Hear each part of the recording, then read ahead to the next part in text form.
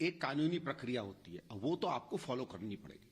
और मेरे हिसाब से इन्होंने जो किया है वो ठीक नहीं किया है, अन्यथा किसी चीज को एक राजनीतिक पहलू दे रहे हैं। हम मानते हैं कि कई ऐसी चीजें हुई हैं जिसमें ईडी और सीबीआई और इनकम टैक्स को देखा गया कि वो राजनीतिक रूप से काम करती है, लेकिन जो कानूनी प्रक्रिया वो तो आपको करनी है। लेकिन तो खुद अपने कथन पर जिन चीजों पर इन्होंने नेतागिरी की और आज बड़े नेता बने हैं, जिन चीजों को लेकर उन्होंने जनता के बीच में विश्वास अपना कायम किया, ये अपनी बातों पर तो कायम रहे।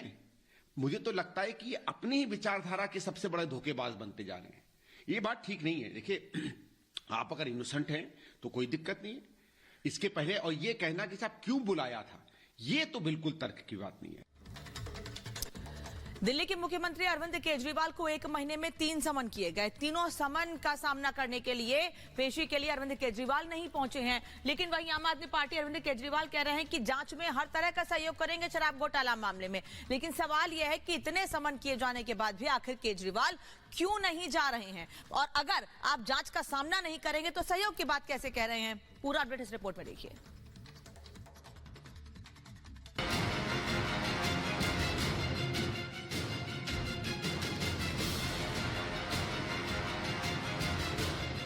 शराब घोटाले की आंच ने भयानक सर्दी के बीच देश की राजनीति में गर्मी पैदा कर दी है। एक तरफ घोटाले की आंच में तब रहे दिल्ली के सीएम अरविंद केजरीवाल की सांसें फूल रही हैं, तो दूसरी तरफ ईडी घोटाले पर सवालों का जवाब देने के लिए उन्हें नोटिस पर नोटिस भेज रही है।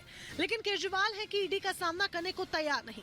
इसी क्रम में केजरीवाल ईडी की तीसरी नोटिस पर भी ईडी दफ्तर नहीं पहुंचे।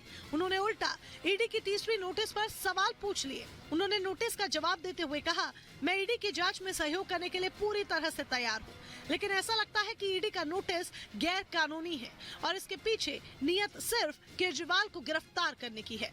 शराब घोटाले की जांच में ईडी के सवालों से कन्नी काट रहे अरविंद केजरीवाल यहीं पर नहीं रुके। उन्होंने उल्टा ईडी की जांच को राजनीति से प्रेरित होने का आरोप लगाते हुए केंद्र सरकार को भी निशाने पर ले लिया। केजरीवाल ने जवाब ईडी की नोटिस का दिया, लेकिन निशाना केंद्र की तरफ रखा। उन्होंने आरोप लगाया कि ईडी का ये नोटिस उन्हें लोकसभा चुनाव प्रचार से रोकने की साजिश है, इसलिए उन्हें ठीक चुनाव से पहले नोटिस दिया जा रहा है। इसके बाद बीजेपी के दिग्गज नेताओं ने भी सीएम अरविंद केजरीवाल पर हमला बोल दिया। अब फिर वही घिसा पीटा बहाना। चुनाव आने वाला है जी, 7 महीनों बाद चुनाव आएगा जी, मेरे को उसमें जाने से ईडी रोक रही है जी। तो इतनी जल्दी अरविंद केजरीवाल जी हवा निकल गई, इतनी जल्दी भाग गए। अब बोलते हैं मैं नहीं जाऊंगा, लेकिन मैं बताना चाहता हूं अरविंद केजरीवाल जी, इस देश के कानून के हाथ बहुत लंबे हैं। आज सबसे बड़ी बेईमान पार्टी आम आदमी पार्टी बनी है, जिनके एक नहीं अनेक मंत्री जेल में है।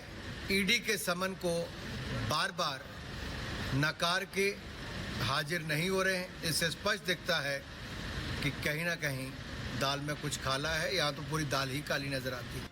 आपको बता दें, शराब नीति में कथित घोटाले पर सवाल जवाब को लेकर ईडी इससे पहले भी केजरीवाल को 2 नोटिस भेज चुकी है, लेकिन केजरीवाल ईडी के सामने पेश होने की बजाय हर बार गच्चा दे रहे हैं। यही वजह है कि अब बीजेपी सवालों से बच रहे केजरीवाल को लेकर बेहद आक्रामक हो चुकी है। हैरानी ये है कि इंडी गठबंधन में शामिल हुए केजरीवाल को कांग्रेस भी कानून प्रक्रिया का पालन करने की सलाह दे रही है। लेकिन एक कानूनी प्रक्रिया होती है, वो तो आपको फॉलो करनी पड़ेगी। और मेरे हिसाब से इन्होंने जो किया है वो ठीक नहीं किया है, अन्यथा किसी